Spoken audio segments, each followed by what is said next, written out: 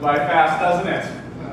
Fast. Anybody have a child who's graduating real soon? Or maybe going into middle school for the first time? Or kindergarten for the very first time? Man, it's crazy to think last week we talked about those childhood years where they're so adorable and they're so cute, but it's just a phase and it doesn't last, does it? Eventually they grow up and they become adolescents and they switch their diaper bag for a backpack for school, and it's just a phase. And if we're not careful, we actually miss those phases of life. Like those kids, they grow up and go away so fast. I know that because I've got some kids. This is my wife, by the way. My name's Nikomas. I work with the NextGen ministry at Harvester Christian Church, and my wife Rachel is sitting here on the front row. She's the beautiful one right there. And we have created three wonderful kids together. One is a 13-year-old. She's going into high school in a few months, and so that's really scary for us. We've seen her go through those stages, and the room changed. I thought I heard like an amen whenever the room got real dirty all of a sudden from this side. Someone's living that right now. Well, we're getting ready to see that happen with our kid, and man, I'm not looking forward to the day whenever her room becomes empty. And the closet gets empty, and there's just that overwhelming silence in the house. That's going to be a sad day for our family. We also have a 10-year-old daughter. We've also got a 3-year-old son who's in the children's ministry right now. So we're glad to be here talking about the adolescent phase. The adolescent phase is one of those phases that is really easy to let miss. This is the phase of life where most of us close our eyes to it. And I know that's true because I know most of you close your eyes to your own adolescent phase. You remember those phases, right? You remember those years when you first started middle school and then high school, and how you just try, most of you don't remember because you try to put it out of your brains, because I know whenever you open up a yearbook and you see your picture from those middle school years or those high school years, your first reaction is, oh no. What was I thinking? Like, why was my hair like that? And I know that because that's the way I was too. I used to be a really cute little kid in the childhood years. In fact, here's a picture of me in kindergarten. Right? All the ladies, when I'd walk in the room, they'd grab those little Mexican cheeks and squeeze them. I'm Mexican too, by the way. I know Gus is. He's more than me. But they grab those cheeks, and I still have the same haircut that I did then. I'm trying to get back to the cute years. And I was so cute, but then something happened in the adolescent years, and I started to look like this. I'm really offended at all the laughing. So this is me inside over here. That is not a picture of one of my daughters. That is literally me getting ready to start 6th grade.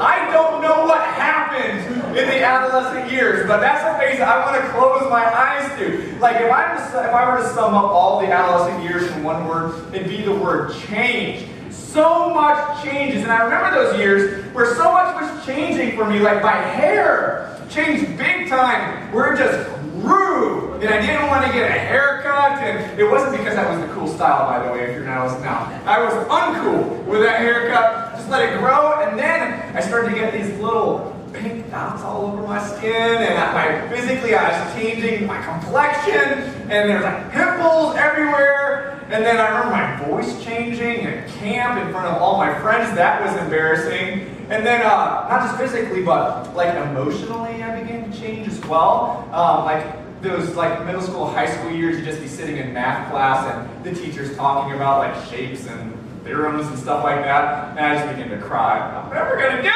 this, and I just don't understand. Like I'm trying to be a man, but like math is making me cry. And then I go home, and like emotionally, I was a wreck at home. Like lock myself in the bedroom, turn on some Tony Rich project from the '90s, and be like, I'm crying inside, nobody knows it but me, and just bawling my eyes out. And then relationally, things began to change in the adolescent years. Like, you remember those like guys whenever you first started to notice girls in math class, and then it's like, okay, I can do math now. Like, I don't care about like those stuff, but I can sit behind the girl that I like in math class, sniff her hair from behind like a weirdo, and like just started feeling like this attraction to them, and it was relationally is all changing. I liked them, they began to hate me, and there was just intense relationship dynamics that I didn't understand. I would go home, and my relationship changed at home as well. Like in the childhood years, mom and dad were the greatest people alive. Loved spending time with them. They were smart. They knew everything. I just absorbed their information in their life. And then the adolescent years came along and something changed again where I no longer wanted to be around them. I did not think they were cool. They did not know as much as me. And I did not want to go on vacations. I did not want to be a part of all the fun things they had planned for me. I wanted to hang out with my friends. And I wanted to hang out with cool people. And everything began to change, and it went chaotic. The adolescent phase of life is intense, and it's also incredibly important. Adolescence is the last time that the cement is moldable. It's the last time before the cement dries. Adolescence is the last preventative phase before we become the people that we are going to be. Like the things that you like, the things that you dislike, you probably sealed those, the fate of those in your life in the adolescent years. Now, I believe we can change. I believe that God can work in us. His Holy Spirit inside of us can change. But in the adulthood years, it takes breaking the concrete, breaking it up, and completely transforming it. Adolescent years are so important. We can't miss this phase of life. It's an important phase of life. And so here's what I want to do over our next few minutes together. I want to talk about this phase, but specifically, I want to give you two things to understand about adolescence, okay? The first one is going to be this. Adolescence is a phase where we begin to reaffirm our beliefs. Like everything we believe, everything we think, we begin to mold that in the adolescent phase. Like, for example, how many of you have ever looked at an adolescent and thought, are you losing your mind? You ever thought that? After seeing an adolescent do something dumb?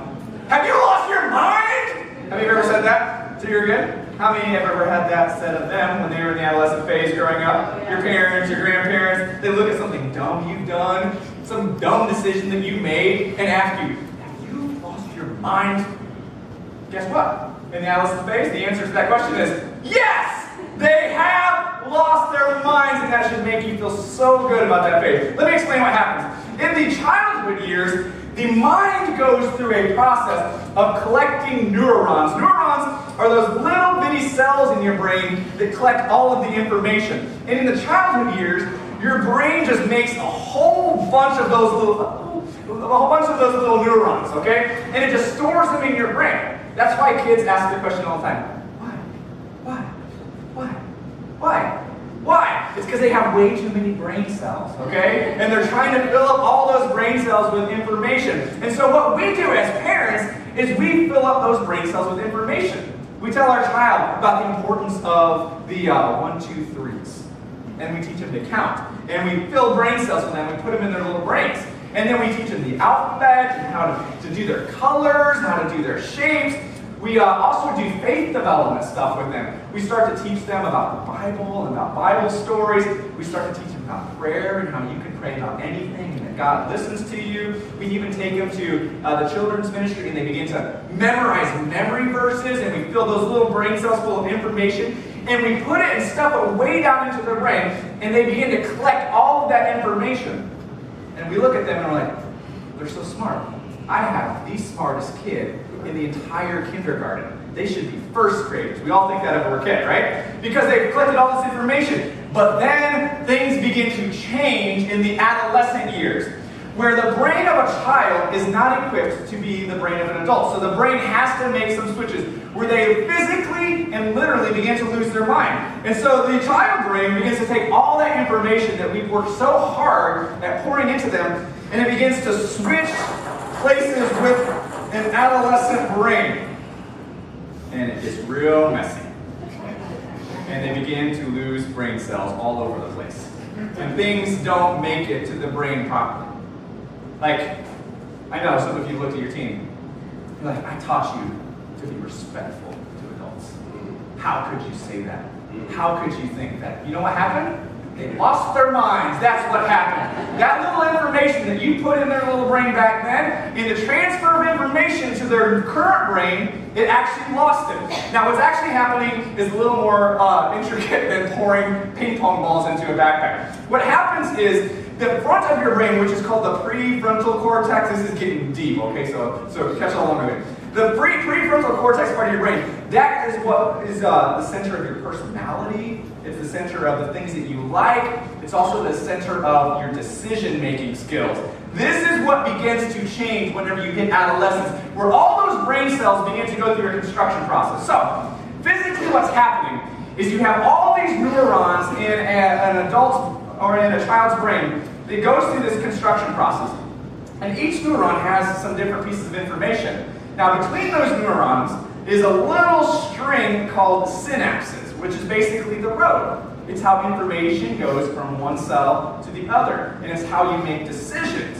Now, in the adolescent brain, that road begins to turn into a superhighway. It goes through this process called sheathing, where it gets this outer coat that protects it, and then it begins to expand, where you begin to be able to make decisions 200 times faster than you were as a child. That's why you as adults, most of you at least, have probably already gone through this process, right? Where your brain's developed now, and all of your cells are tied together by superhighways. That's why you can make a decision about work, and also be thinking about how it's going to impact your family, how it's going to impact your schedule, how it's going to impact everything else. Every other piece of information of your life. You can think about those real fast because it travels fast.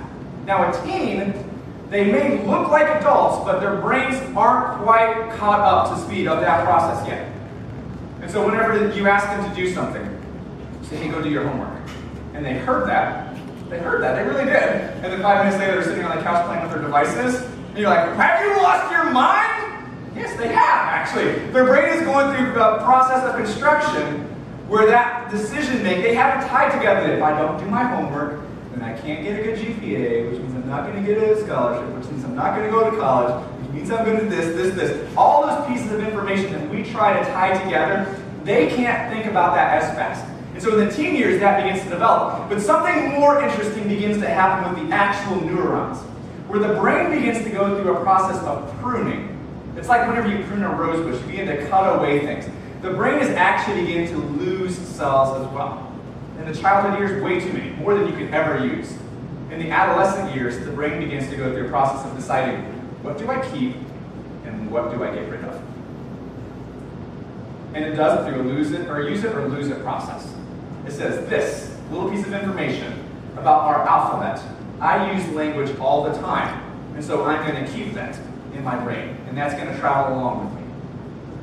For my brain, this little piece of information about math, my brain did not use that very often. I played video games instead. So now for the rest of my life, I know nothing about math, and math is really hard for me, because my mind says you don't use it, and so you're going to lose it.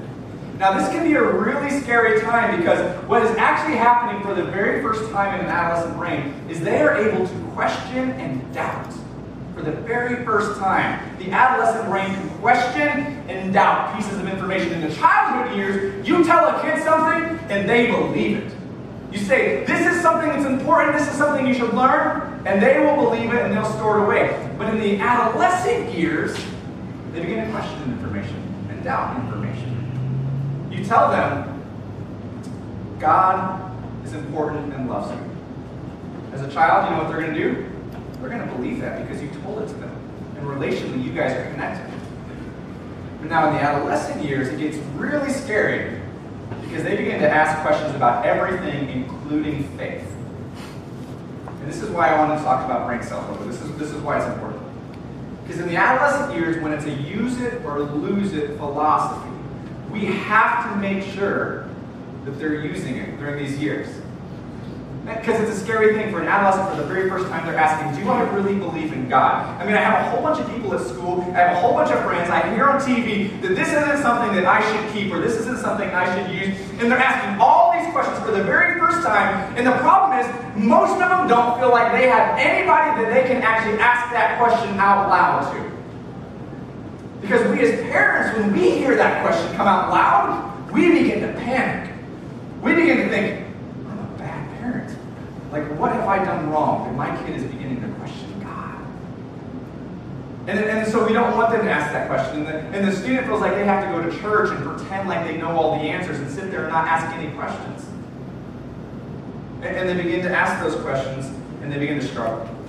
But the thing is, doubt isn't bad. Question isn't bad. You're not a bad parent because your teen, your adolescent's asking questions. That just means they're becoming an adolescent. It's part of what's going through the brain. There's this lady, Kara Powell. She's a head of a research institute in California for youth. And she says this about doubt. She says, doubt isn't toxic to the faith, but silence is. Doubt isn't toxic. We think doubt's toxic. If you have doubts, that means your faith is crumbling down. But that doesn't mean that your faith is crumbling down. It just means you got questions. The problem comes is when you have to deal with those questions in the dark shadows, where you can't ask anybody that question, where you have to be silent about that question, where when your brain starts to decide if it goes in here or it doesn't go in here, and you can't ask that question, guess what happens to the question of God? It goes away. It's something that I don't use, and I'm not going to do. You know Jesus can handle our doubts, right? You know Jesus is okay with our doubts? In Mark chapter 9, why don't you flip open there real quick. Mark chapter 9, we get this great picture of how Jesus deals with a father's doubt, actually. In Mark chapter 9, Jesus, he's coming down upon his disciples. His disciples have been trying to heal this little boy.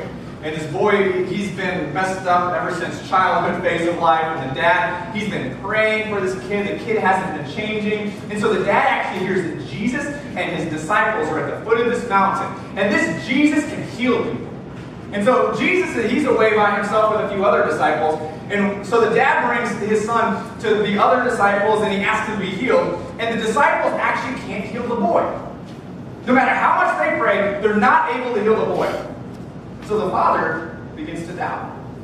And then he sees Jesus coming down this mountain. And this is what it says in Mark chapter 9, verse 22. It says, this is the father speaking to Jesus. He says, if you can do anything. And I like that because it's like there's little seeds of doubt in this question already, right from the beginning. Jesus, if you can do anything, have compassion on us and help us. And Jesus said to him, if you can, all things are possible for one who believes. Immediately, the father of the child cried out and said, I believe, help my unbelief. I love this picture of what the father does. He sees Jesus and he says, if you can, if you can. And then he says, it says he cried out, I believe, but help my unbelief. I believe, but I have doubts. All my life, I've been taught these things about you, about how you're good, how you're faithful, how prayer works, and I believe those things. Those have become part of who I am. But there's some things in life that I've experienced, especially as it relates to my family, that I wonder if prayer works. I wonder, Jesus, if you can actually do what I've heard you can do. And he cries out to him. Now, if it was me, you know what I'm doing? I'm pulling Jesus off the side. Like, I don't want everybody to hear this, Jesus, but there's some things about you that I just don't quite get. And I know I'm a pastor and I'm supposed to believe all these things, but there's some things that are really hard for me, Jesus, that I struggle with. And I would be ashamed to talk about that. But this father, he cries out. He does not care because his father knows that doubt isn't toxic, but silence is. I need help with believing. And I think that's the cry of this generation, the cry of this phase. A lot of us look at this phase of life and we think they're just skeptics. There's people who don't listen to adults anymore. We just need to push them off to the side, ignore this phase, let them grow up, and then when they're adults, we'll deal with them. The moment we do that is the moment we shove them off into silence. and then all of their questions become toxic to their faith. If we're going to make a difference in this adolescent phase, we have to do two things. Number one, we can't push pause on the adolescent phase. We can't pause it. We can't say, we're going to deal with those questions later. I know you got questions as an adolescent, but you need to hold on to those because we're going to push pause. We often do this to get them into more important things during the adolescent phase, right?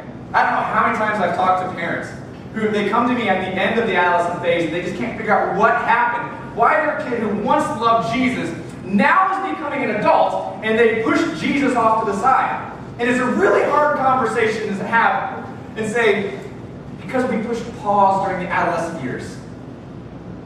But we push pause for important things. Like, we'll deal with your questions later, but right now we need to get you into sports.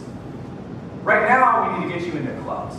Right now we need to get you into all these extracurricular activities. So we're going to push pause on attending church. We're going to push pause on going to youth group. We're going to push pause on being part of a small group. Oh, you don't want to do that? I made you do it as a child, but now as an adolescent, I'll let you push the pause button when you want to push pause.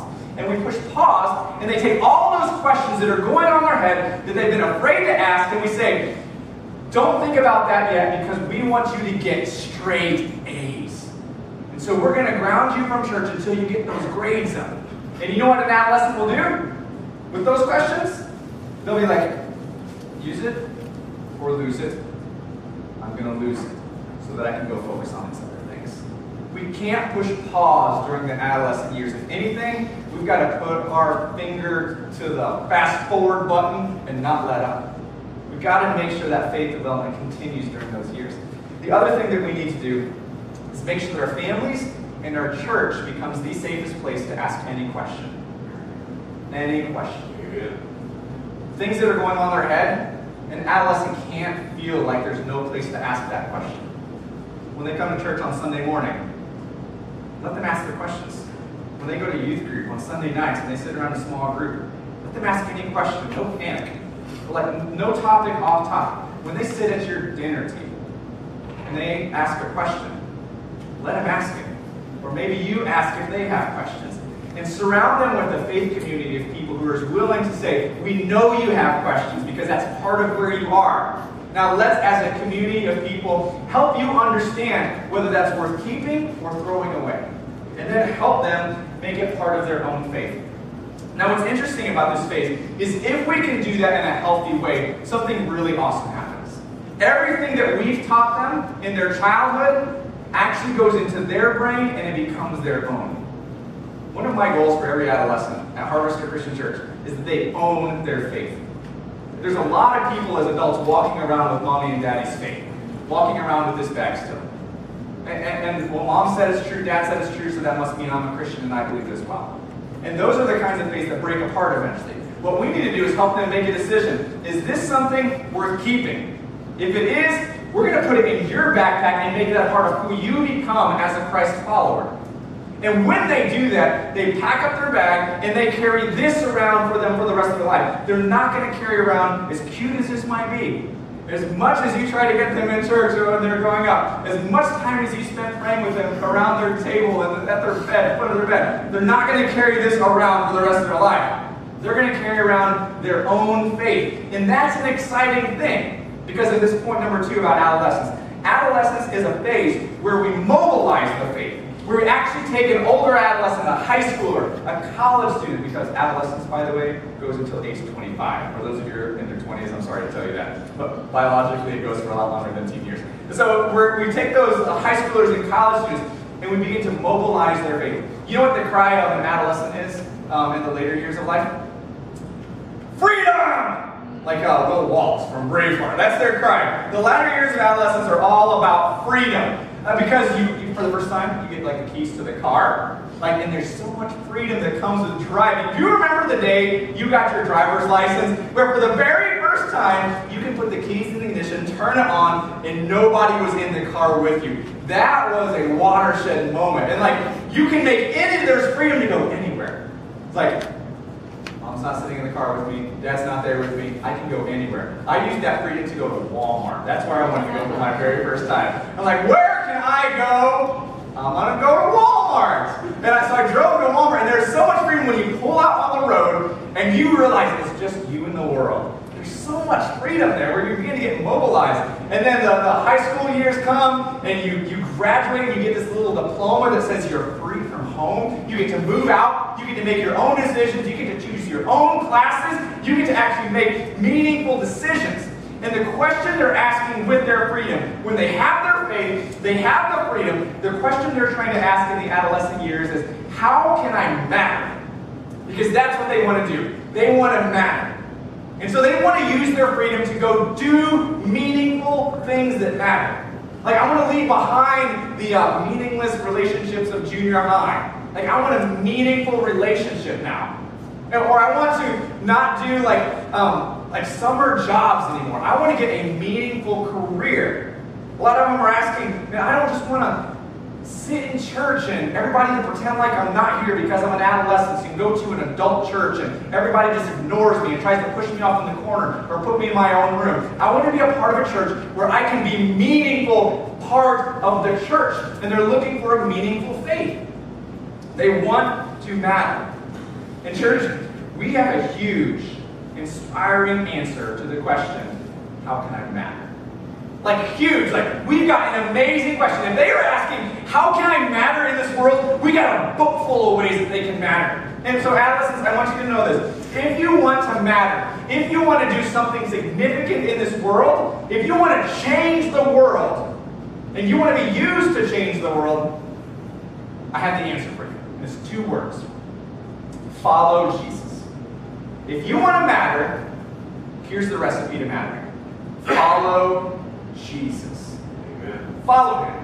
Because Jesus is going into the world. Jesus is looking to do meaningful things. Jesus is so much more than all this Sunday school information that we put in your heads. Now, this information is important. Like, memory verses are important. Sunday school class is important. Praying is important. But he's so much more than this information. Jesus wants you to take this information, put it in your brain, and then go into the world and be mobilized to do something awesome. That's why he did it. In Matthew chapter 28, here's this great message. Jesus' final message he gives before he goes off to heaven. And it's called the Great Commission. And most of us, we memorized that whenever we were younger kids. If you grew up in the church, you know this passage of Scripture. And it's called the Great Commission because Jesus commissions the church to go into the world. What I love about this, we usually memorize verse 18 to 20 where it says, all authority, blah, blah, blah, has been given to me. But what I love about this is the verse that comes beforehand. And so I actually want to start there because we often skip this one. In Matthew 28, starting in verse 17, Jesus is talking to his 11 disciples. I know there were 12, but one of them died, so that's why there's 11 now. 17 it says, and when the 11 saw him, they worshipped him. But some doubted. Do you get that? Some doubted. Like, this is not the big crowds. This is the 11 disciples. These are the ones who were with Jesus from the beginning. These people saw Jesus raise Lazarus from the dead. These people saw Jesus walk on water. These people saw Jesus feed thousands of people with a sack lunch. These people saw Jesus crucified on a cross, put into a tomb, rise 3 days later, and then he walked with them for 40 days after that. They knew what happened. And they get to this moment where Jesus, all this has happened. He's done all these miracles, all these great things. He's getting ready to take the keys to the kingdom and hand it over to the 11 to give them freedom to take the kingdom into the world. And we get to verse 17. It says, some worshipped him, or they worshipped him, but then some doubted. They saw all of that and they're still doubting. You know what a lot of us think? We think if I was just born in that era, if I could just see Jesus face to face, if I could have seen him rise from the dead, then I would believe. I think that might be true for some of us, but for some of us, I think some of us would still be doubting, just like the disciples. And I know what you guys are thinking. Doubting Thomas, right? That's the answer to the question. There was doubting Thomas who saw Jesus afterwards, but he wasn't going to believe that Jesus rose from the dead until he saw it with his own eyes. He was skeptical. He was one of those skeptic thinkers. But it says some doubted, which means it was more than one. There had to have been at least 2 of those people doubting. And so what do you think Jesus did with those keys? Whoa, whoa, whoa, whoa, whoa. You can't drive my kingdom unless you guys are all on board. Whoa, let's stick you in Sunday school class for a few more years. Let's put you behind the scenes for a few more years. Once you get your act together, then you can go into the world. No, you know what he does? He goes on and says this. It says, Jesus came and said to them, including the ones who were doubting, all authority in heaven and earth has been given to me. Therefore, go and make disciples of all nations. He says, here it is. He says, you're the kind of people I'm looking for. I'm not looking for someone who has their act together. I'm not looking for someone who has all the answers. I'm looking for people like you who are willing to take your faith, even some of your doubts, into the world and be mobilized to go make a difference in the world. Here's what Jesus did. If he could just mobilize them, get them, take this, to own their faith, even their doubts, even if they still have some questions in hand, if you will take these and move and mobilize into the world, this is often where you're going to get some of those questions answered. You can sit around in a circle and someone can give you the great answer and some biblical answer. They can give you the Case for Christ book, which is what we want to do. Here, read this book, it'll give you all the answers. Sometimes that's not going to work. Sometimes it's going to have to take you grabbing a hold of your doubts and still following Jesus to do something that matters. And that's when you're going to see, I need this. And this becomes part of who you are and what you want to do. Do something that matters. We talked about a few weeks ago, there's this great book in the Old Testament, Ecclesiastes, written by this guy named Solomon. Solomon was a character. He was awesome. Solomon was this great guy. He was a king, but he gets to the end of his life. He gets into the adulthood phase near the end of that. And he begins to look over his childhood phase, his adolescent phase, and he begins to just evaluate it. And in chapter 1 of Ecclesiastes, as he's looking over his phases, this is how he evaluates his adolescent and adulthood years. He says, everything is meaningless. Everything that I've done in those phases is meaningless. And here's where I think he evaluates it that way. I think he did not live his years asking the question, how can I matter? He lived his years asking different questions. He asked questions like, how can I be rich? Or how can I make money? And you know what he did? He actually made a ton of money. He made gold. He started putting gold on buildings. He had so much of it. And that's like American currency. That's what you want. Gold. He had all the gold in the world. People were jealous of his gold, his amount of money. And as he's standing over it, counting his bills, he's looking at it saying, this is meaningless. All this that I've worked for, all this money that I've gained, no matter how big my bank account got, it's all meaningless when I look over it. I think he was also asking the question, how can I be successful? That's what a lot of us guys want to answer. How can I be successful in my career? If I can be successful in my career, then my life will matter. And Solomon, he asked that question too. He wanted to be successful. In fact, he became Israel's most powerful king over the most land it's seen. People from Egypt knew who he was. He reached the top of his career ladder. He looks at it all and says, everything is meaningless. He's also trying to answer the question, how can I be happy? And that's the question we want to ask of our kids today. How can I just help my kid be happy? And that's what we want for them. As long as you're happy, as long as you can move into the future and be happy. And you know what Solomon found out? That was a meaningless path to pursue.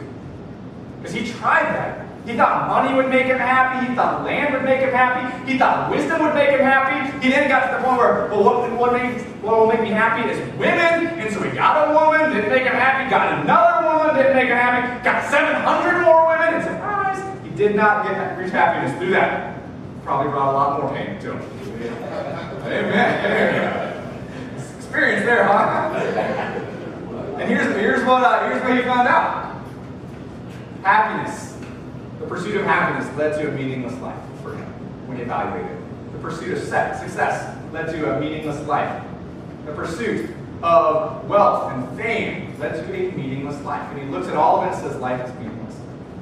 Adolescents, I want you to know this. If those are the questions, how can I be happy? How can I be successful? How can I make more money? If those are the questions that mobilize you into adulthood, you're going to end up in the same spot that Solomon ended up. Attaining a lot of it. And getting to the end, into your adulthood years, into the retirement years, looking back over and saying, everything is meaningless.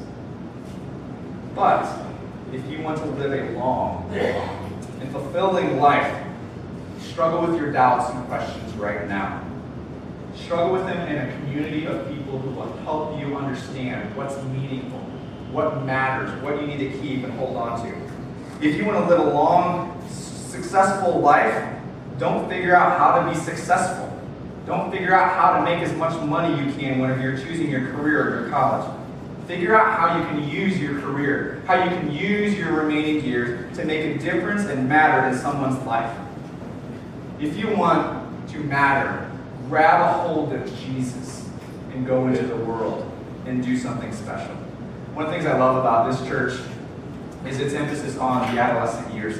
Bryce and Jen do a great job with our student ministry here, and one of the things I want you to know about student ministry at Harvest Christian Church is we want to have fun, we want to do some fun things, but I realize how easy it is to look from the outside in and just say, adolescence or youth ministry is all about having fun, and so I'm not going to put my kid in that. You need to understand something. The reason we have fun is because we want church to be fun. We don't believe that church should be a boring place to go, okay? But while they're here with us, we're doing something inside of that fun that is incredibly important.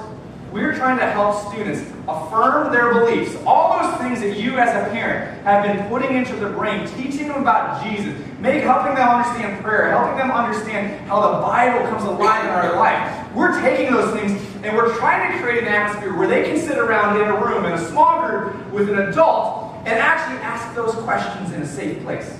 Because sometimes they're not going to ask mom and dad, even though they should. I wish my daughter would come to me and ask me those questions. But I'm so thankful for Suzanne, who's my daughter's life computer. She sits around in the circle, and my daughter can ask her anything.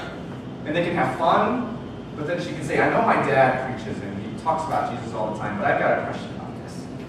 And in student ministry, what we're trying to do is create a place where they can ask those questions and help them understand, I know this doesn't make sense right now. And when I was your age, it didn't make sense to me either. But now that I'm farther along, now that I'm in the adulthood years, the retirement years, I want you to know that that's something that you're going to want to keep. Because you're going to use that later.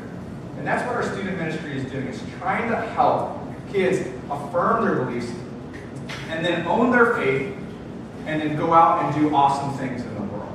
One of the things that we want to do is we want students to know that Jesus did not die on the cross and rise from the dead so that you can go to heaven. Yes, that's a reward in the end, that you get to go to heaven. But the reason Jesus died on the cross, rose from the dead, is not so that you can go to heaven, but so that you can go into the world and do something that matters. Right now, Jesus wants to bring heaven to earth, and he wants you to be the one who brings heaven to earth. He wants you to look around this world and decide, what doesn't look like heaven here? What doesn't look like heaven? Is there sickness? Is there poverty? Are there people in pain? Then go get a college degree, go do something so that you can go into those areas of the world and make a difference in the name of Jesus. And that's what our student ministry is trying to do. Is like, let's go and do these mission projects together, these serve projects together. Let's move them outside of the church building. Let's go on these retreats where we see different parts of the world. Let's get out of our comfort zone and start mobilizing students, grabbing everything they believe and doing something with it. Because if you're sitting in church with a backpack full of information and you're not doing anything with it, you completely miss the point of what Jesus asked you to do. And so we're trying to create that atmosphere where students can go. And I'm incredibly grateful for you two for doing this. Thank you very much. Now here's the question. I want to end with this. If I were to give you a time machine, would you go back and live those adolescent years? Relive them? If I could give you a time machine, would you hop in a time machine, go back and relive those years? How many would not go do that? That's most of us. Nobody wants to go back to that time in your life. Those are like the most awkward, hard times of life. But let me rephrase that question. What if I could give you a time machine and you could go back to those years as your present day self and sit down with your adolescent self and give yourself some advice? How many would do that? I know you would. In a heartbeat, I would. I would love to go back to 13-year-old Nikomas and sit down with him and say, I know the adolescent years are hard, Nikomas. I know people are making fun of you because of your hair. And they're picking on you. And they're pushing you around. But I want you to know life gets better than the adolescent years. So keep pushing. Keep moving forward. I know a lot of us would like to go back to those adolescent years and tell ourselves, you know, I want you to stay away from those substances. Stay away from drugs or cigarettes or alcohol, because if we start messing with that now, that's going to be a part of who we are for the rest of our life. Some of you made some decisions back in these days that you are still trying to break the concrete on and fix. It'd be great to go back to those years, just to tell yourself how hard it is, how fun you thought it was going to be during those adolescent years, but the decades of pain that come afterwards. You know what I like to do? I like to go back to Alice and Nikomas and say, Nikomas, I know that you think baseball is so important. I know that you think football is so important, but you're going to grow up and be 5'8", 145 pounds. You have no future in the majors or the NFL. Nikomas, do not push pause on this. Like, I know you feel like you got to skip youth group. I know you feel like you got to skip reading your Bible because there's so many important things. But Nikomas, this is the stuff that's going to create who you are. This is the thing that's going to make you a better dad. This is the thing that's going to make you a better husband. This is the thing that's going to make you better at your job, make you love your coworkers better. It's going to make you a better neighbor. Don't push pause on this to pursue those other things. The unfortunate thing is none of us can go back in time. There's no time machine to take us back there. But even though that phase is past for most of us, even though we missed that, here's what we can do. We can hop in a time machine and sit down with this generation right now and give them advice. Like, you can sit down with a group of adolescents right now, like at your dinner table, if you've got adolescents in them, and ask them, let's talk about what are some of the questions you have. You can go back in time into their phase, sit down with them, and make a difference. You can come here and give up 2 hours during the week, that's it, 2 hours, to sit down with a group of students on a Sunday night and help them sort out what's important. And say, these things about Jesus are so important. I know your mom frustrates you. I know your dad frustrates you. But those things they're teaching you are so incredibly important. You can do that. You can go back into someone else's adolescence phase and make a difference. And we have to do that. Church, adolescence is just a phase. Don't let the next generation miss it. All right. We're going to go into a time of prayer here where I'm going to just offer the opportunity to pray. I know there's some things that you need to pray about that you went through in the adolescent years, but here's the prayer I want you to pray. I want you to ask God this question. I know it's going to be easy just to stand there and pretend like you're doing something, but I really do want you to ask God this question. God, do you want me to make a difference in the adolescent phase? I think some of you here, God's calling you to do that. And it's time to hop in a time machine and go make a difference. Hey, if you're still watching, we just want to thank you for coming by and just watching this message. And I just want to share real fast, the reason why Harvester does this is because we believe that people need to hear about the Lord Jesus. It is our mission to lead people to find and follow Him. And so I just want to encourage you, if you have not received Jesus in your life ever, I just want you to listen to these words in John 3:16. It says, "For God so loved the world that He gave His only Son, that whoever believes in Him should not perish but have eternal life. For God did not send His Son into the world to condemn the world, but in order that the world might be saved through Him." So if you have never received Jesus into your life, I encourage you, investigate.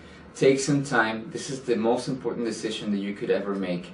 And so what we're going to do is we're going to show you right here at the bottom of the screen just our website. You can always go to harvesterchristian.org and find out a little more about our church. And if you don't live locally, then I just invite you find a church that you call home that believes in the Bible as the Word of God, and just start worshiping, start learning more about who our Lord is. I hope you have a great day. And thanks for watching.